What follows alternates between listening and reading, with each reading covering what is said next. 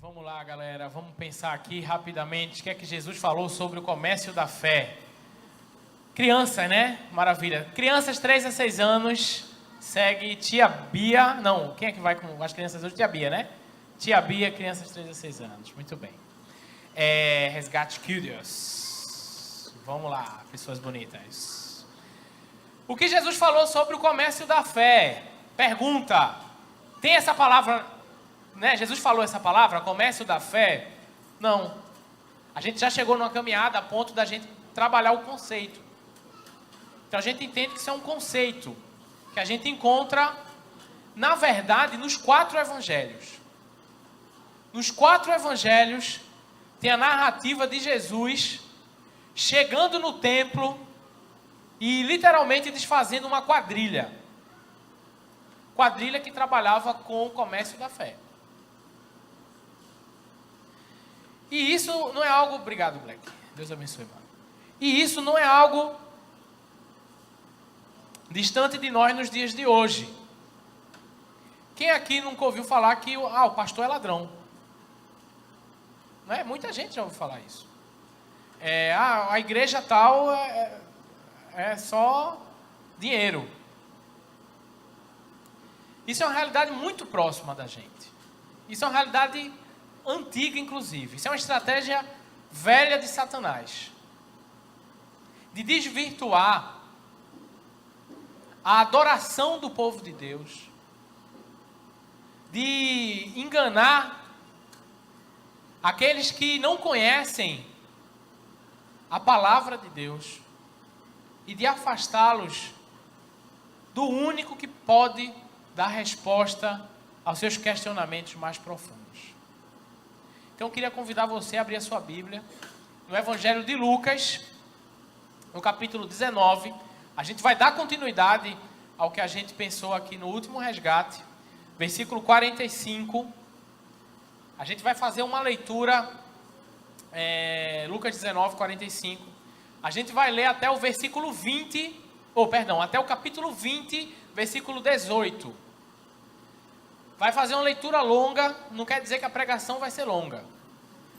Mas, para a gente ter um entendimento melhor, a gente não pode separar alguns blocos da palavra. Para a gente poder ter a mensagem completa daquilo que o texto está querendo nos dizer, né? Então, o Evangelho de Lucas, capítulo 19, versículo 45, já está sendo projetado aí. Se você não trouxe Bíblia ou não tem, tudo bem. Vamos lá. Então, ele entrou no templo e começou a expulsar os que estavam vendendo. Disse-lhe: está escrito, a casa de meu pai será chamada casa de oração, mas vocês fizeram dela um covil de ladrões. Todos os dias ele ensinava no templo, mas os chefes dos sacerdotes, os mestres da lei e os líderes do povo procuravam matá-lo. Todavia, não conseguia encontrar uma forma de fazê-lo, porque todo o povo estava fascinado pelas suas palavras. Certo dia, quando Jesus estava ensinando o povo no templo e pregando as boas novas, chegaram-se a ele os chefes dos sacerdotes, os mestres da lei, os líderes religiosos, e lhe perguntaram: com que autoridade está fazendo essas coisas? Quem lhe deu essa autoridade? Ele respondeu: eu também farei uma pergunta. Digam-me, o batismo de João era do céu ou dos homens? Eles discutiam entre si, dizendo: se dissermos do céu, ele perguntará: então por que vocês não creram nele? Mas se dissermos dos homens, todo o povo nos apedrejará, porque convencidos estão de que João era um profeta. Por isso responderam: não sabemos de onde era. Disse então Jesus: tampouco direi com que autoridade estou fazendo estas coisas. Então Jesus passou a contar ao povo uma parábola, esta parábola. Certo homem plantou uma vinha, arrendou-a a alguns lavradores e ausentou-se por longo tempo. Na época da colheita, ele enviou um servo aos lavradores, para que lhe entregasse parte do fruto da vinha. Mas os lavradores o espancaram e mandaram embora de mãos vazias. Ele mandou outro servo, mas a este também espancaram e trataram de maneira humilhante, mandando-o embora de mãos vazias. Enviou ainda um terceiro, e eles o feriram e o expulsaram da vinha. Então o proprietário da vinha disse: que farei? Mandarei meu filho amado, quem sabe o respeitarão. Mas quando os lavradores o viram, combinaram uns com os outros, dizendo: este é o herdeiro, vamos matá-lo, e a herança será nossa. Assim lançaram-no fora da vinha e o mataram. O que lhe fará então o dono da vinha? Virá, matará aqueles lavradores e dará a vinha a outros. Quando o povo ouviu isso, disse: que isso nunca aconteça. Jesus olhou fixamente para eles e perguntou: então, qual é o significado do que está escrito? A pedra que os construtores rejeitaram tornou-se pedra angular. Todo o que cair sobre esta pedra será despedaçado, e aquele sobre quem ela cair será reduzido a pó. Vamos orar? Senhor, no precioso nome de Jesus, a gente se coloca diante da Tua palavra, diante da verdade eterna, que tem poder sobre tudo na criação, e te roga, Senhor, em nome de Jesus, fala ao nosso coração, enche-nos com Tua graça, enche-nos com Tua ternura, mas ensina a gente os princípios verdadeiros da Tua palavra. Abre os nossos ouvidos, abre o nosso coração, para ouvir o que o Espírito fala à Tua igreja. Usa-me, Senhor, com graça. Eu não tenho nenhuma capacidade humana de falar a Tua palavra com fidelidade, com autoridade, mas isso é obra do Senhor. Então, diante da Tua presença, eu me humilho, Senhor, e te peço, Pai, usa-me por causa do amor ao Teu nome, em nome de Jesus, Senhor. Fala ao nosso coração, transforma a nossa vida, causa mudança no nosso ser, em nome de Jesus, ó Deus. Amém. Amém. Galera, mantenha a Bíblia aberta, e aí vamos pensar um pouquinho sobre essas 3 etapas que a gente leu aqui no texto, mas está uma coisa totalmente ligada à outra. São 3 etapas que um completa o outro, é um quebra-cabeça que se fecha plenamente. No começo a gente viu Jesus chegando no templo, e o que é que Jesus fez quando chegou no templo? Expulsou aqueles que estavam vendendo as coisas que estavam lá, e disse: está escrito, não façam da casa do meu pai esconderijo de ladrões. Muita gente pega esse texto e faz assim: gente, não pode vender nada na igreja, não pode vender cachorro quente, não pode vender camisa do resgate, não pode vender nada, é pecado. Não é isso, gente, não é esse o princípio. O que é que estava acontecendo ali?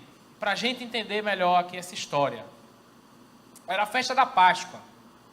Na Páscoa, pelo menos uma vez na vida, o judeu precisava ir ao templo de Jerusalém. Era algo desejável para todo judeu que fosse ao templo de Jerusalém. E na época da festa da Páscoa, e vinha gente de todos os lugares de Israel para poder celebrar aquela festa. E o que era lembrado era a saída do povo do Egito, né, que comia o cordeiro da Páscoa, essa coisa toda.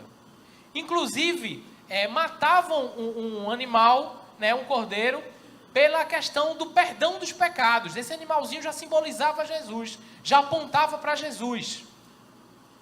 E o que era ideal dessa festa? O ideal era que cada pessoa que tivesse suas cabecinhas de ovelha, pegasse a primícia do seu rebanho, um animal do sexo masculino, de 1 ano de idade, em perfeito estado, colocasse nos lombos e levasse ao templo de Jerusalém para ali sacrificar e ter o perdão dos seus pecados, a propiciação pelos seus pecados. Só que como vinha gente de vários lugares. Então ficava inviável pegar um animal, botar no lombo e andar vários e vários e vários quilômetros para chegar ao templo de Jerusalém, para fazer isso. Então o que é que acontecia? Eles compravam por lá, por Jerusalém. Esses mercadores eram muito importantes, era necessário, gente, que acontecesse isso, para que o povo pudesse ali cumprir a lei de Moisés, de sacrificar um animalzinho e celebrar a Páscoa, sacrificar o cordeiro da Páscoa.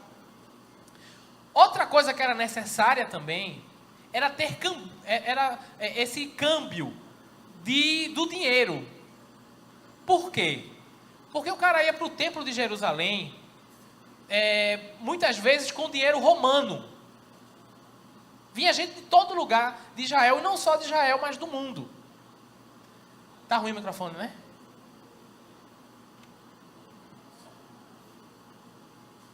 Bom, som. Deu para ouvir, gente? Legal, de boas? Até agora? Quem está lá atrás, na geral, beleza, tranquilo, de boa. Então vinha gente do mundo todo. Agora, só que, como um ato até de consagração ao Senhor, eu não vou depositar um dinheiro romano no templo do Senhor. Os caras judeus eram, sabe, xiitas nesse sentido. Eram, sabe, zelosos nesse sentido. E aí era necessário haver esse câmbio. Só que o que estava acontecendo ali? Uma exploração. O que podia ser vendido num valor X, estava sendo vendido num valor 2x. Capitalismo, meu velho, oferta e procura. Só que isso tem a ver com o seguinte: a pessoa que chegava ao templo para adorar, certamente a pessoa pensava, sei lá, uma cabeça um cordeirinho não custa mais de R$100. Chega lá, R$300. Não, peraí, como é que eu vou adorar? Eu vou voltar e não vou. Outra coisa, gente, o templo não era lugar para isso. Existiam os pátios, né? Os pátios dos judeus, o pátio dos sacerdotes, o pátio dos gentios. E no pátio dos gentios que estavam fazendo aquela feira, se não bastasse os preços altíssimos, ainda havia um esquema de concessão. O que é isso? Camarada, para montar sua barraquinha lá, para vender seus cordeirinhos, suas pombinhas lá fora, lá no templo, no pátio, pagava ao sacerdote, ó, por debaixo dos panos aqui, ó. Era uma quadrilha, velho, era tipo Brasília. Até rimou, né? Quadrilha de Brasília. Pronto. Vai roubar a sua família. Aí, então, presta atenção, olha cá. Então, Jesus chega no templo. Lembra de onde a gente está vindo com o texto. No resgate antes, Jesus vê Jerusalém e faz o quê? Chora. Esse é o estado da adoração do povo. O que era para ser um lugar de adoração, estava sendo um lugar de exploração, estava sendo literalmente uma pocilga. Imagina você vender na igreja um bocado de animal, o cheiro de cocô, de xixi, imagina, no pátio dos gentios, a pessoa vindo do outro lado do mundo para adorar a Deus. Em Atos fala da história de um etíope, que Filipe encontra com ele saiu da Etiópia para ir para o pátio dos gentios, para ali adorar a Deus. E imagina aquele pátio está ocupado por um comércio, sabe, enfim. Jesus vai e expulsa aqueles vendedores dali. Mantém tua Bíblia aberta, olhar para o texto. Com o que Jesus expulsa aqueles vendedores dali? Olha aí. Achou? Está escrito: a minha casa será casa de oração. Está escrito no livro do profeta Isaías isso. Jesus expulsa, desfaz essa quadrilha com a autoridade da palavra de Deus. Gente, Jesus é Deus. O que Jesus falar era a palavra de Deus, acabou-se. Mas Jesus recorre ao Velho Testamento para dizer assim: olha, está escrito, a minha casa é casa de oração. Com isso, Jesus se coloca no lugar que ele é devido, porque ele é Deus, gente. Ele não diz a casa de Deus é casa de oração. Ele diz a minha casa, ele revela quem ele é. O próprio Deus que se fez ser humano e andou entre nós. Uma coisa, gente, que a gente precisa prestar atenção numa leitura do nosso tempo. A gente está num tempo de desconstrucionismo.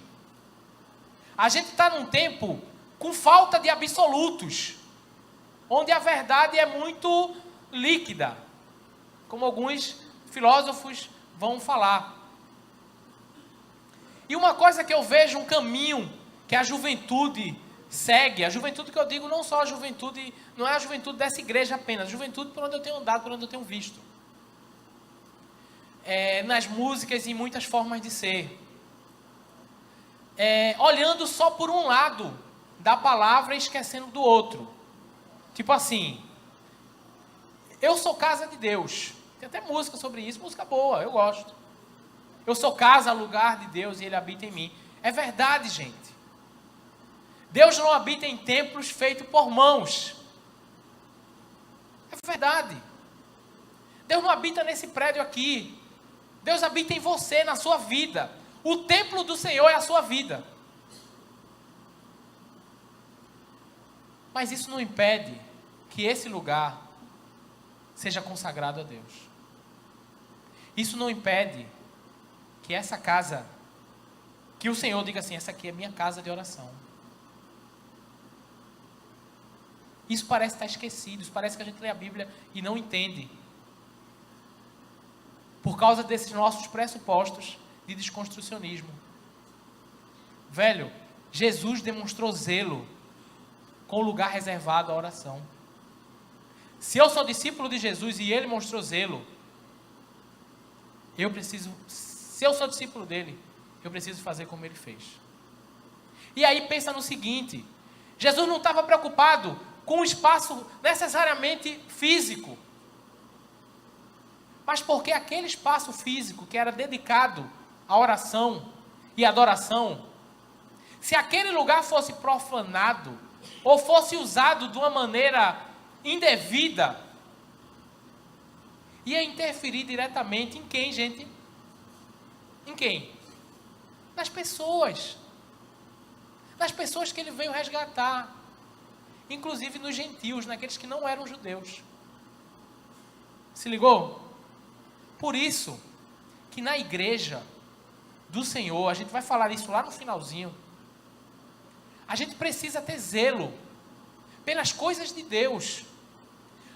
Galera, se você quer ouvir o que Jesus falou, Jesus tinha zelo com as coisas dele, né? Com o lugar da adoração, porque isso interferia diretamente em quem adorava. Você ia querer estar nessa igreja e estar com cheiro de cocô de ovelha? Você ia querer estar nessa igreja e tá entendendo, gente? Então tem uma quadrilha armada, um esquema.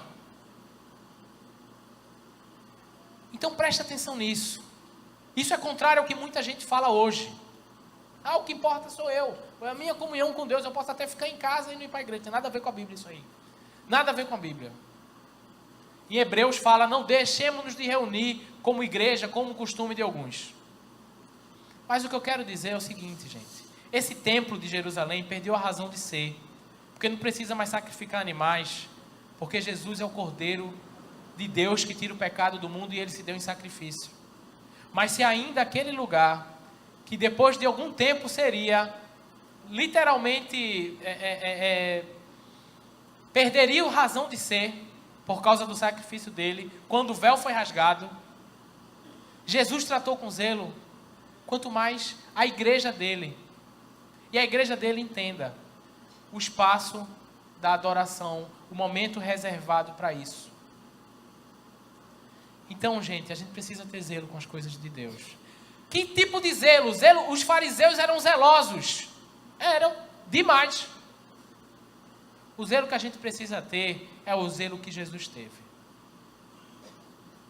Ele expulsou os mercadores com o quê? Com a palavra, gente.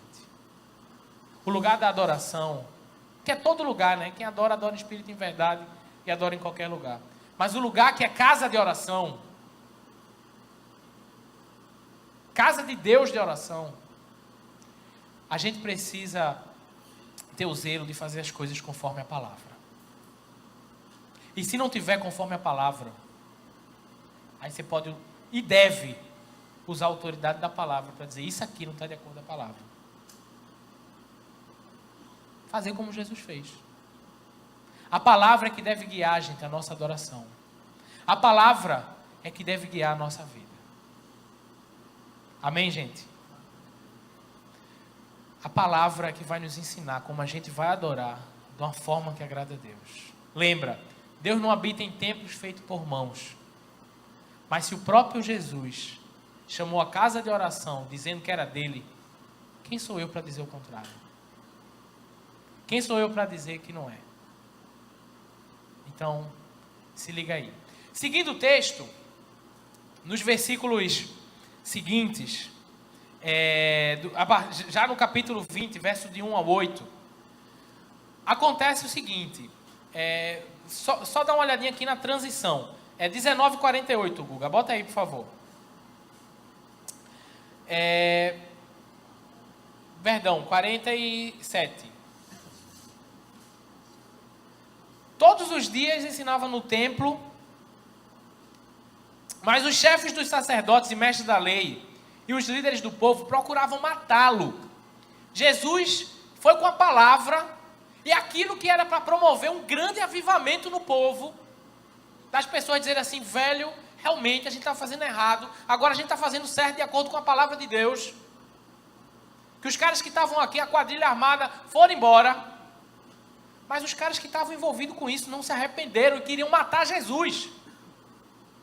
Esse é o contexto. O que era para produzir um avivamento, agora vai produzir morte. E é assim que acontece na vida da gente, viu, pessoal? Se você chegar, talvez, e dizer, a palavra de Deus diz assim, é possível que queiram lhe matar. Talvez não necessariamente fisicamente, mas lhe vetar, lhe humilhar. E foi assim com Jesus. Se você quer seguir a Jesus, esse é o caminho de todo crente piedoso. Mas seguindo, galera, esses mesmos caras, né, versículo 1 do 20. Naqueles dias, enquanto Jesus ensinava o povo no templo e anunciava o evangelho, chegaram os principais sacerdotes, os escribas, os líderes religiosos e disseram, conte-nos, com que autoridade você fez essas coisas? Que coisas? A purificação do templo. Com que autoridade você fez isso?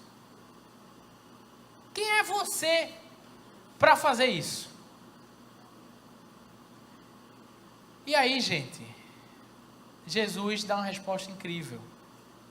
Normalmente, muitas vezes, Jesus responde com uma pergunta. Porque no fundo eles sabiam o que estavam errados. Só que eles estavam com o coração endurecido. Muitas vezes nós, no fundo, sabemos que a gente está errado. No fundo, a gente, poxa, isso aqui da minha vida não está de acordo com a palavra. O jeito que eu estou adorando não está de acordo com o que Deus quer. O jeito que eu estou agindo com quem me exorta. Porque muitas vezes é a gente que quer matar, né? Já pensou nisso? Muitas vezes a gente se coloca só no lugar dos bonzinhos. Quando a gente está pisando na bola e o irmão fala, mano, isso aqui a palavra diz assim, faz isso não. Que nada, meu irmão, cada um na sua, faz o teu. Gente, que autoridade você faz essas coisas? Quem é você? Você não é nem pastor? Então, galera, os caras perguntaram isso a Jesus. E Jesus respondeu, então vamos pensar aqui em João Batista, vamos voltar à fita. Com que autoridade, Jesus respondeu, né? Versículo 3. Respondeu Jesus, eu também vou fazer uma pergunta. O batismo de João era do céu ou era dos homens? E aí os caras ficaram pensando, né? Se eu disser que é do céu, ele vai dizer, então o meu também é. Se eu disser que é dos homens, a galera vai dar um quebra na gente, porque a galera tinha João Batista como profeta. E eles ficaram em cima do muro. Em vez deles temerem a Deus, temeram aos homens. E disseram, não, a gente não sabe. Aí Jesus diz, então também não vou dizer não.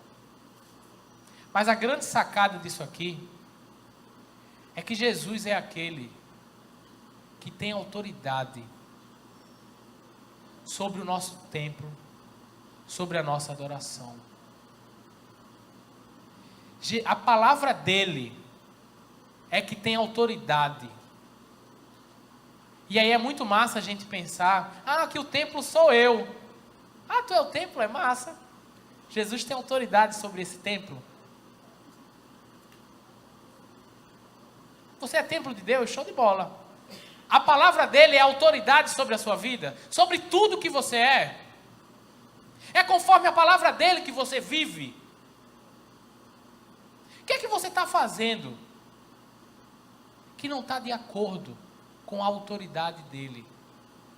Galera, vou dizer uma parada aqui para vocês. Muitas vezes nós somos tentados a selecionar a palavra de Deus e dizer assim, o Senhor é meu pastor e nada me faltará. Eu recebo, essa palavra é minha. Que bênção, né? Olha. Mas quando a gente lê, por exemplo, vai, vende tudo que tu tens e segue-me. Misericórdia. Né? Eu e a minha casa serviremos ao Senhor. Amém, isso é para mim. Aquele que não estiver disposto a renunciar pai, mãe, filhos, casas, por amor a mim, não é digno de mim. Não, isso aí não.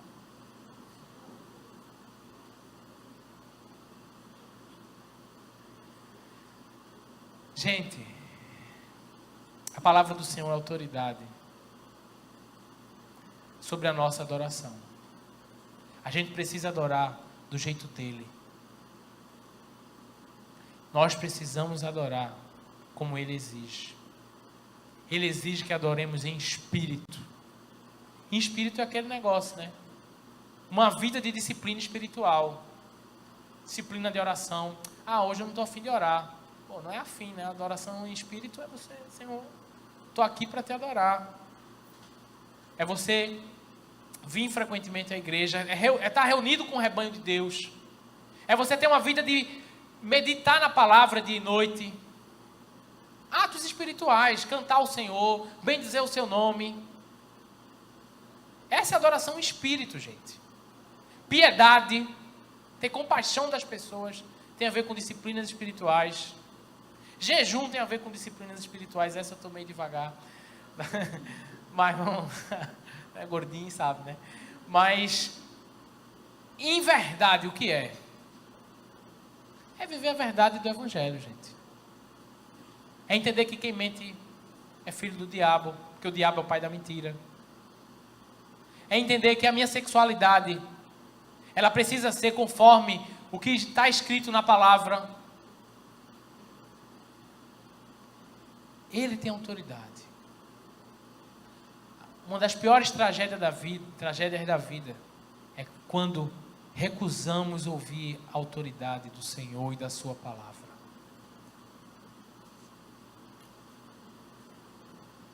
E é sobre isso que Jesus fala nessa parábola. Por isso que esse texto está tão ligado um com o outro. Após isso, Jesus conta uma parábola. Gente, essa parábola fala da gente. Essa parábola fala de mim e de você. E eu queria que a gente lesse junto. Vamos lá, verso 9 do capítulo 20. Eu vou ler uma versão diferente aqui, por causa que a minha versão, uma das minhas versões preferidas, tá certo? Pode botar a Guga, mas eu vou ler uma versão um pouquinho diferente. E eu vou ler dando umas paradas para a gente pensar. Vou ler com imaginação, tá bom? Vamos lá. Versículo 20, versículo 9, capítulo 20. Então ele começou a contar ao povo esta parábola. Um homem plantou uma vinha, arrendou-a a uns agricultores e ausentou-se do país por um tempo. No tempo devido, mandou um servo aos agricultores, para que lhe dessem frutos da vinha. Mas os agricultores o espancaram e o mandaram embora de mão vazia. Jesus está contando aqui, gente, dá uma parada aqui. Jesus está contando aqui, em resumo, a história de Israel. Que Deus confiou a eles. Eles eram a vinha do Senhor. O povo de Deus. É isso que Jesus está dizendo. Só que toda vez que o Senhor mandava um servo, um profeta, um servo da palavra, aquele povo espancava, matava e silenciava aquele profeta.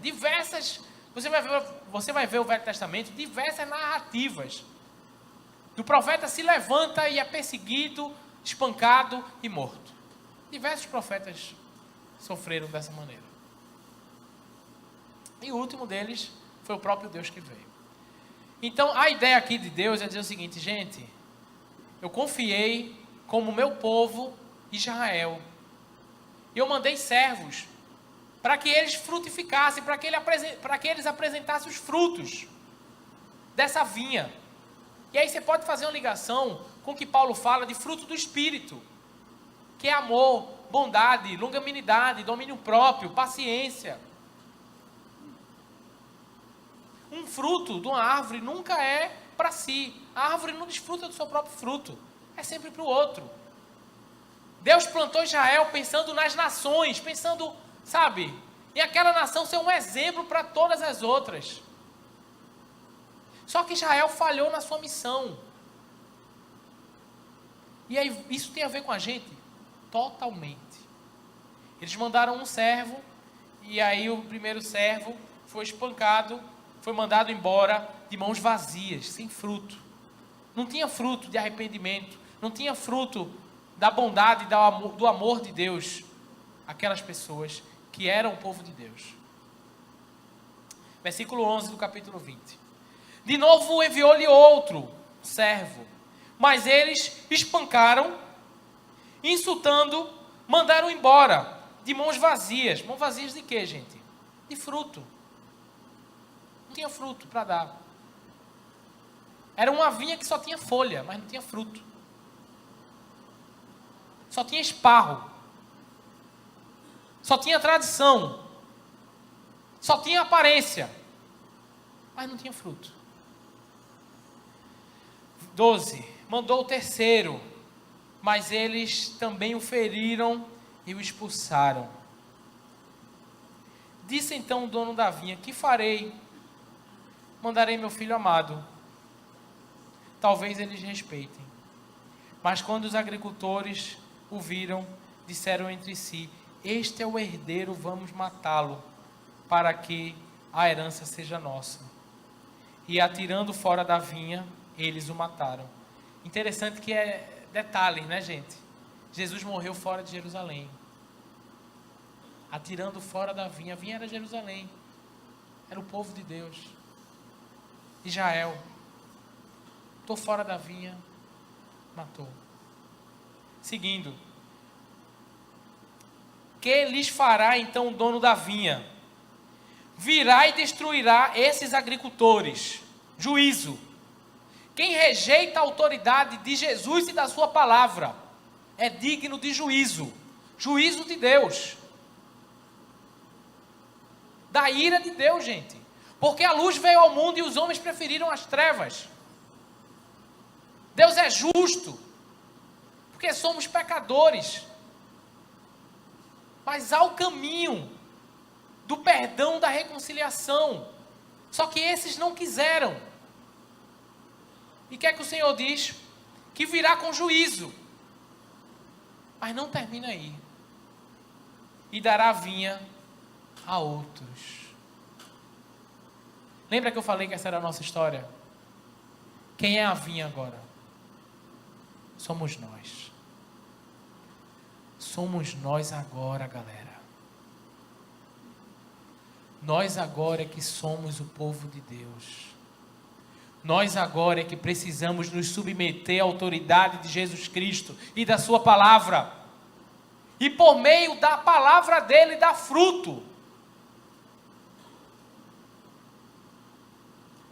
Se a gente não fizer isso, sobre nós cairá o juízo de Deus. Como caiu sobre Israel.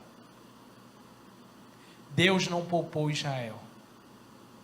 Deus não nos poupará se não nos submetermos à autoridade de Jesus e da sua palavra. E aqueles judeus ouvem isso e dizem assim, quando eles ouviram isso, disseram que isso não aconteça. E disse Jesus, mas olhando para eles, imagina esse olhar de Jesus, lhes disse, então, que quer dizer isso, o que está escrito? A pedra que os construtores rejeitaram, tornou-se a pedra angular. Ele cita Salmo 118, versículo 22. Todo aquele que cair sobre essa pedra será destruído, e aquele sobre quem ela cair ficará reduzido a pó. Em outras palavras, sofrerá o juízo. Quem rejeitar, bota aí versículo 18. Quem rejeitar ele, que é o Senhor, que é a pedra, quem rejeitar, sofrerá o juízo. Deixa eu dar uma dica para vocês quando vocês forem ler a Bíblia. Dá uma olhada como é que o texto que a gente acabou de ler começa. Lembra que a gente começou a ler do 19:45. Como é que o texto começa? Olha aí.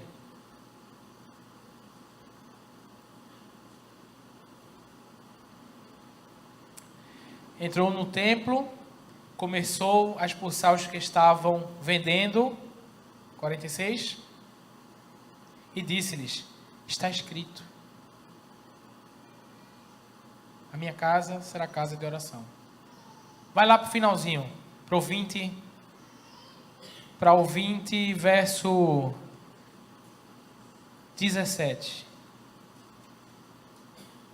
Jesus olhou fixamente, e então lhe perguntou, o que significa o que está escrito? Começa e termina Jesus falando da autoridade da palavra de Deus, que está escrita, a autoridade da revelação da Bíblia, gente. Primeiro começa citando Isaías, termina citando Salmos.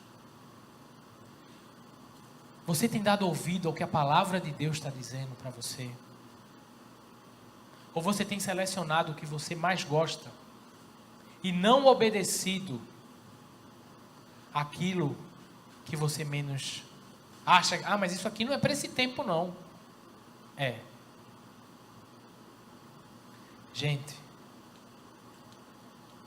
agora, nós que somos os servos da vinha do Senhor, e a nossa vez de dar frutos, nos submetendo à autoridade da palavra de Jesus. A gente só pode dar fruto se a gente se submeter à sua palavra. Então ame a palavra de Deus. Busque conhecê-la com tudo que você é. Com todo o seu coração. Com toda a sua força. Com toda a sua alma. Segundo, obedeça a palavra. Deixe Jesus ser a autoridade máxima na sua vida, no seu templo, no seu jeito de adorar. E pensa que o seu jeito de adorar envolve tudo que você faz na vida. Porque é espírito, que são as ações que a gente faz espirituais, e é em verdade, na nossa ação prática, na nossa praxis diária. Se você rejeitar a autoridade do Senhor e da sua palavra, você sofrerá o juízo de Deus. E Jesus deixou isso escrito para a gente, porque Ele não quer que a gente passe por isso. Ele quer que a gente seja uma vinha que dê fruto, como a árvore plantada junto aos ribeiros de água viva. A palavra de Deus diz no Salmo 1, Salmo 1, gente. Quase o resumo do que a gente está falando aqui. Bem-aventurado aquele que não anda no conselho dos ímpios, não se detém no caminho dos pecadores, não se assenta na roda dos zombadores. Antes tem o seu prazer na lei do Senhor, na palavra do Senhor. E nessa lei, medita de dia e de noite. Essa pessoa é como árvore plantada junto às águas, que não deixa de dar fruto,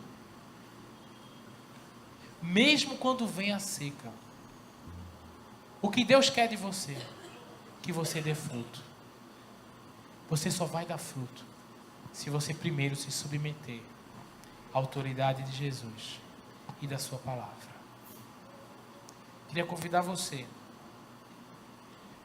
a orar comigo, mas também queria convidar você a tomar uma decisão de se submeter ao Senhor e à sua palavra. Eu não sei em que você não está se submetendo à palavra do Senhor. Se é na falta de perdão, se é na sua sexualidade, se é no jeito como você lida com as pessoas, se é no seu descomprometimento com a palavra do Senhor, se é na sua falta de zelo e reverência para com Deus. Mas eu sei de uma coisa: Ele nos chama para ouvir a sua voz. Quem tem ouvidos, ouça o que o Espírito diz às igrejas. Aquele que ouvir a minha voz, eu entrarei e cearei, e ele ceará comigo. A banda vai tocar, mas eu queria convidar você que ainda não entregou a sua vida à autoridade de Jesus Cristo, ainda não se submeteu à palavra dele, para não sair desse lugar sem tomar essa decisão. Gente, isso é uma decisão. Isso não é só uma questão de emoção. Isso é uma questão de entender que muitas vezes o Senhor vai nos confrontar. Muitas vezes Ele vai dizer: olha, você está fazendo errado. A palavra diz assim. Mas com isso a gente muda, a gente transforma, a gente frutifica. As pessoas que estão ao nosso redor desfrutam dos frutos. E a nossa vida é frutífera, frondosa, porque as nossas raízes estão no Senhor.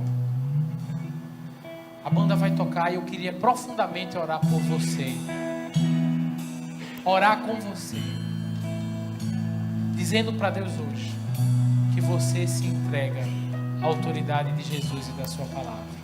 Então, se é isso que você quer fazer, vem cá, vem, deixa tudo e vem.